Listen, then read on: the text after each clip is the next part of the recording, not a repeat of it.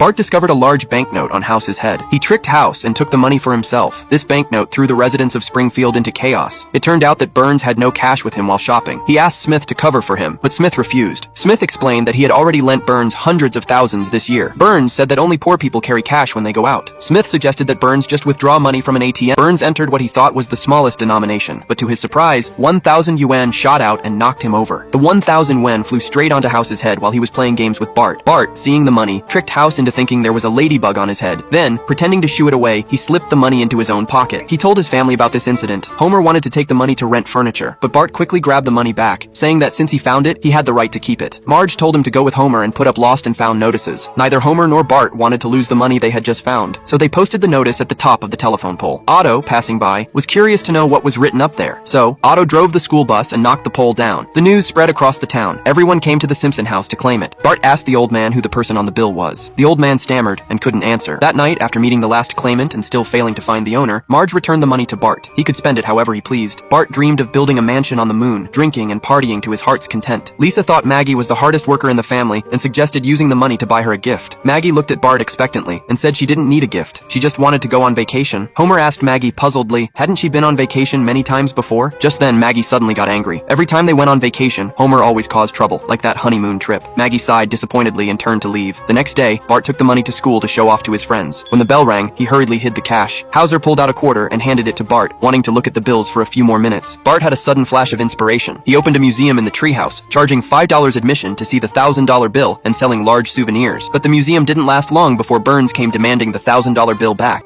However, Bart made a lot of money. He used the 1,000 yuan to earn $3,000. He wanted to buy a used car. Lisa kindly reminded him that Marge wanted to go on a vacation. Seeing this, Bart looked at Marge, who was sitting there smiling. Homer wanted to go to Brazil, while Abe wanted to visit England. This was because, when he was young, he had met a beautiful woman there. They had fond memories together, and now he wanted to see how she was doing. Lisa thought Abe was romantic, and decided to go to England. Marge reminded Homer not to cause any trouble while they were there. Homer agreed, and then stood in front of the gun cabinet.